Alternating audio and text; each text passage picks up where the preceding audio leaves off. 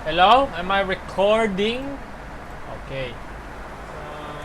Yeah, lakas ng ulan ngayon and ang gagawin natin today ay DC2. Actually, nagawa ko na siya ilang beses na but hindi maayos yung audio sa mga recordings na yun, so ulitin natin. And yeah, same as DC1 from the previous video.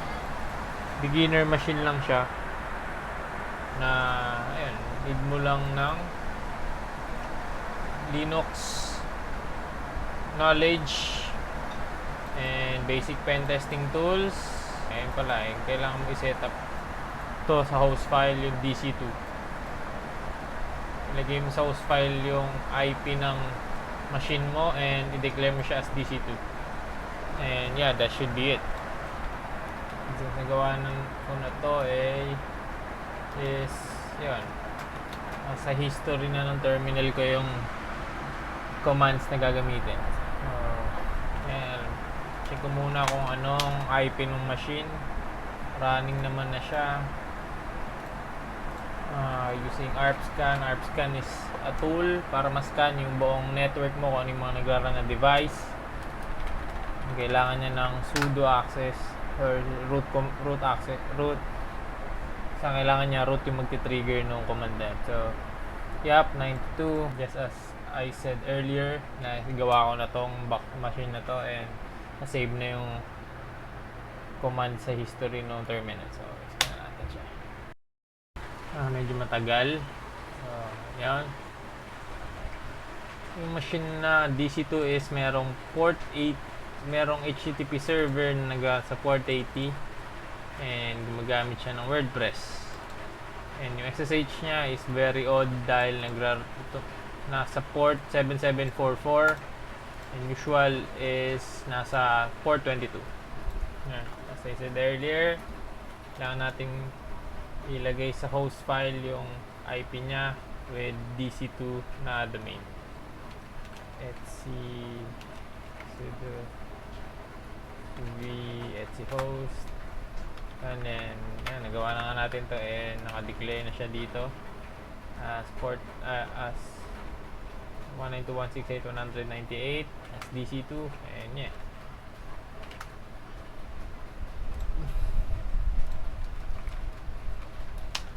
Nine 92, 98.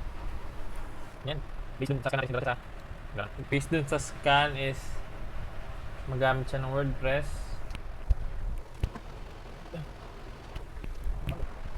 Meron siyang flag na tawag ba dito? Tab? Directory. May flag directory siya. Okay, let's call it directory. Or path endpoint. Your usual word list probably won't work, so instead maybe you just need to be cool. Meaning na dito tool that scrapes a web page or scrapes keywords from a web page. Yeah. Cool is a tool used to scrape keywords from a website. So yeah, try na lang natin yan din. Before that, introduce ko lang kayo sa WP Scan. Since WordPress nga to, site na to, and merong tool para i-scan yung site, yung WordPress site na to for vulnerabilities. And ang tool na yun ay WordPress Scan. WP Scan. So yun, nagawa ko na siya and ito yung command na pang brute force ng users and yes, scan pa din natin siya para mapakita yung proseso. And since na-declare natin yung IP niya sa host files natin sa domain, parang domain server ng local machine natin is DC2 na yung gagamitin natin instead sa IP niya. Then -E to enumerate for plug na to is yung plug na to means enumerate and yeah, itong values na to 80 for all themes, AP all plugins and U for users. And open natin. Yan, medyo matagal yung scan na to.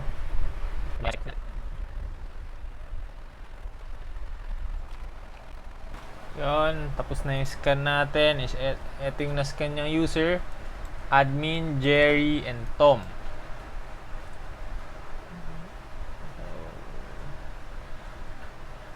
Save na lang natin siya sa isang file para di natin siya makalimutan. And user sa txt.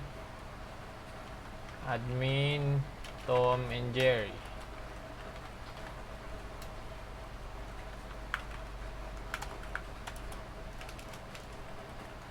Users.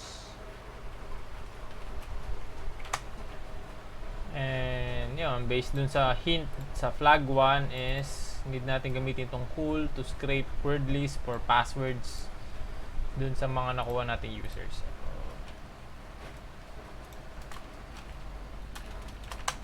Gamitin natin yung cool, pero checkin muna natin kung paano siya gumagana using help command, using help flag. So yun, simple lang naman siya options. So need nating mag-scrape ng word list na minimum, na may minimum na 4 yung length. Then word list lang naman kailangan natin, hindi na natin kailangan yung iba like email or sabi nila basic lang naman. Yung view natin siguro kailangan ng alphanumerical na word list doon. Ayun lang siguro yan. So try na natin siya. Cool dash u for user issue for URL http dc2, then yung minimum word length is 4. Shit. Argument help. Wait, saan ako nagkamali? User agent yung dash u. Okay, my bad. Wala na palang, di pala dash u kailangan. So, my bad on that. Cool. Minimum 4 http dc yun. Sigawa na nga natin. Nakasave na yung command. Yeah, tingnan natin kung na-generate niya yung password.txt. In-output natin yung nakuha niyang word list sa password.txt. And tingnan natin kung ano yung mga nakuha ng word list. Words. Yun, medyo dami ito. 214 lines ng words.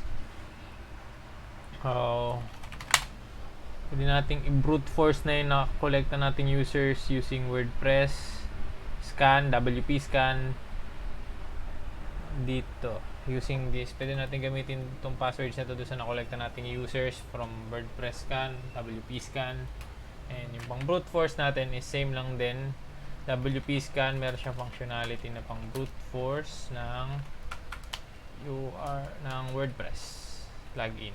And I think dash u for users and comma separated lang pag may multiple users ka, then /p for yung word list ng file and file path ng word list mo na gagamitin. And yeah, think mag-take ito ng round minutes or minute lang, may tamang users ladder. So ayun, valid combinations, valid dalawa lang yung nakuha niya. Walang nag-match sa admin credentials, password dun sa na-script nating keywords. Yun, try natin tong credentials na to dun sa site EC2 WordPress scan. So yung login page ng WordPress is nasa WP admin. Yun, may login na na-save pa rin yung credentials natin. Kaya kasi nagawa ko na nga to. And try natin si Jerry. May password na Adipising.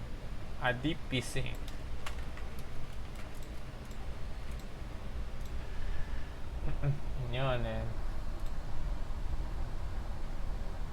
noticeable na wala siyang admin admin permission. Hindi siya pwedeng mag-edit ng WordPress sites na hindi siya pwedeng mag-edit ng PHP file sa WordPress site na to kasi wala siyang admin privileges.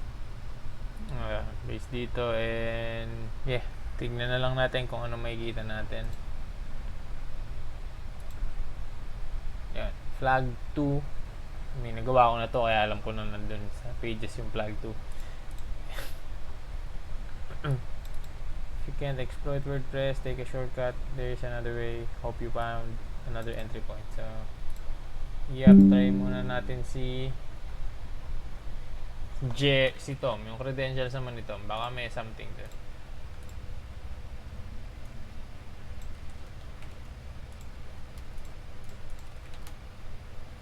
And based on the side panel, same sila na walang admin privileges. Hindi pwedeng mag-edit ng WordPress files, PHP files para makagawa tayo ng reverse shell, makakonect tayo sa server niya. And I think and based dun sa nakaraan kong recording, unang beses kong tinry to is nahirapan din akong hanapin kung anong fuck that shit, man. Let's try it. So, pwede nating itry yung credentials na nakuha natin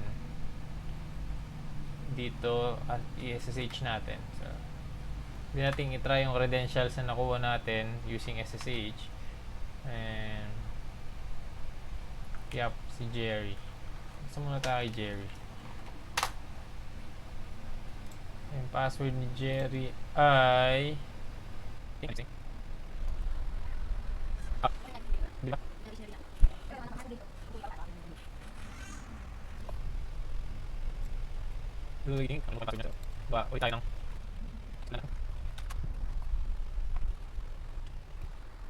yun, ito yung password ni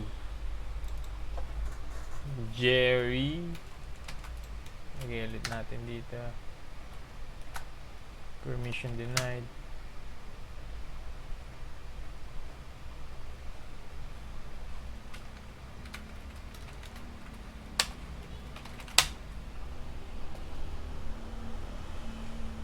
So, hindi gumagana yung credentials niya.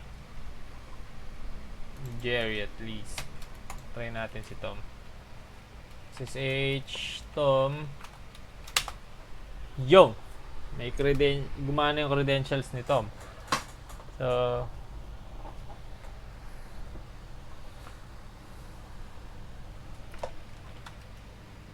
yun. Since nagawa ko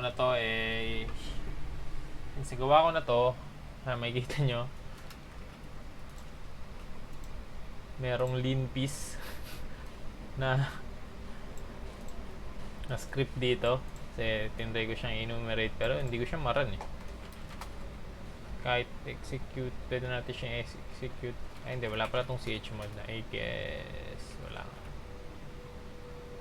Yun, kaya hindi ko siya na-try.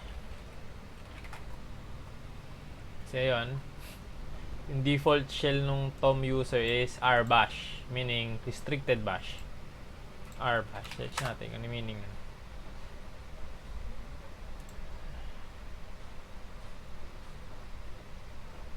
Started with the same name, rbash are restricted. Supplied the shell becomes restricted. Restricted shell is used to set up an environment more controlled than the standard shell.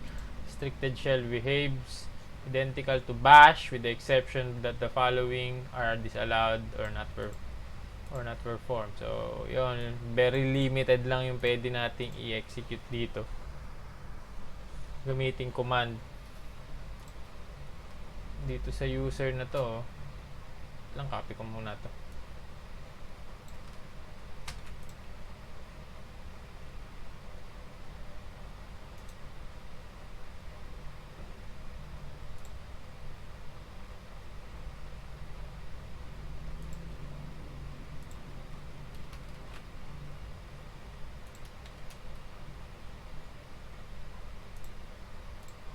So, para makita natin kung ano yung mga allowed niya command is yun, makikita natin ito, ako nagdagdag nito parang kasi nga nagawa ko na to, dami ko pang tinry na kung ano-ano dito. So yun, ito yung before ko siya ma-edit, ito yung pinakalaman lang niya, tom user bin, meaning merong user dash bin na directory dito na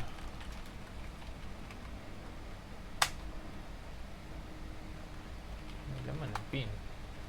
Yun, ito lang yung pwede nating i-run command. So v meaning vim, pwede nating ma-edit yung mga file. Pwede tayo mag-edit ng file. So yun, tinignan ko sa GTFO bin kung paano mag-execute ng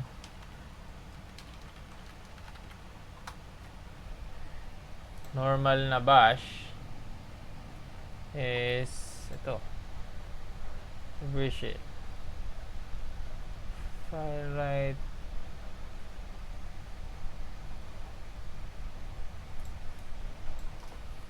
tingnan natin to kung gagana.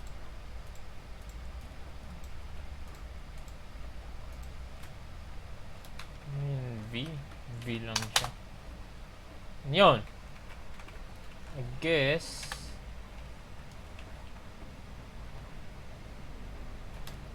who am I?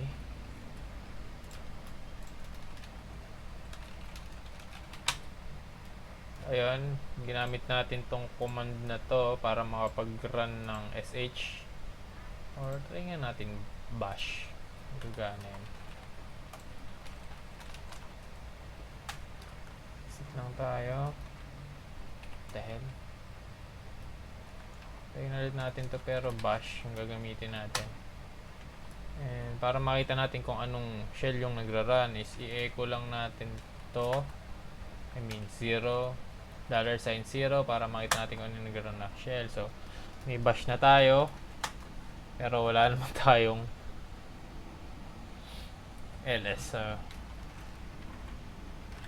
May ls ba? Yun, may ls sa bin. Yun pala sa kanina na restricted bash is bawal kang mag-run ng command by invoking sa file path nila. Meaning ito hindi to gagana doon sa rbash. Try natin. Pwede naman natin bin ls. Yun. Ito sa rbash hindi siya gagana kasi restricted din siya. Gantong way ng pag-invoke ng command sa Linux. So yep, ito bin ls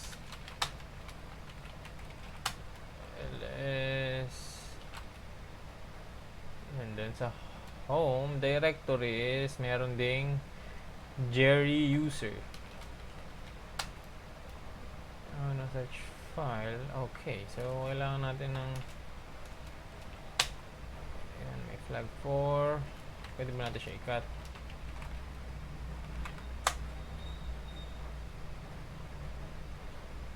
Okay, bawal, walang cut.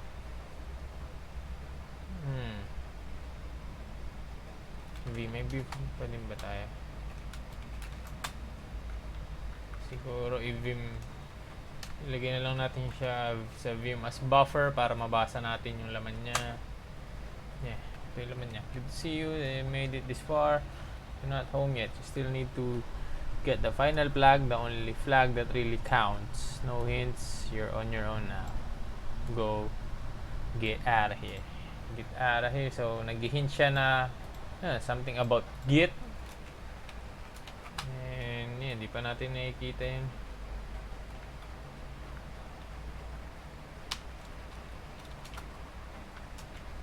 Kung ano pang bang laman ng bin. Yep, hindi na magpapaligoy-ligoy pa. Ito na. Meron siyang su command dun sa /bin directory. Meaning, switch user. Pwede nating pwede tayo mag-switch ng user within the box. Within sa machine na to. Nakita naman natin meron Jerry na user. So, try natin mag-switch sa user na to. Since gumana yung password ng Tom na nakuha natin doon sa WordPress scan and ginamit natin sa SSH, gumana yung credentials na yan. Try na natin dito yung credentials ni Jerry. Oh no, mali yata. Authentication failure. Mali yung nakopya akong password, my bad. Oh, mali pa din. I guess, mali talaga. Yun! So, gumagana yung command na yun. And, pwede nating i-check. Unang ginagawa lagi is check kung ano yung sudo command na pwedeng i-run ng user na to as sudo. Kung anong command ang pwedeng i-run ng user na to as sudo. So, yep, based dun sa hint dun sa ano niya, home directory niya, cd Jerry is, yeah, pwede nga git. So, pwede tayo may sudo access tayo sa git. Pwede, sudo access ba tawag din? Basta pwede natin itong i-run as sudo or root user. So, and try nating humanap sa GTFO bin ng command na pwedeng mag-run ng mag-run as admin nung command na yun, and para makapag-run siya ng bash and ma-switch natin yung user. So, try natin to para makapag-switch natin siya as admin user, as root admin, root user pala.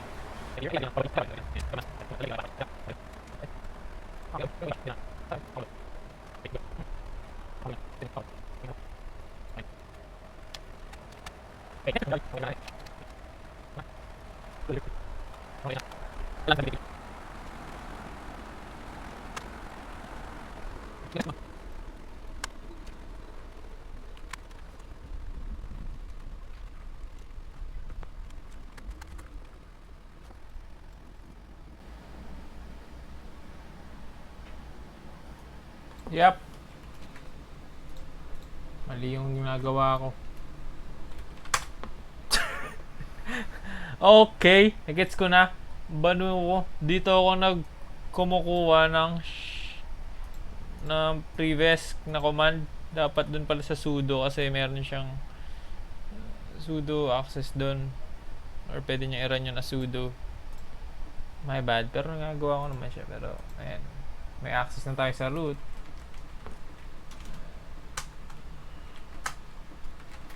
And final flag.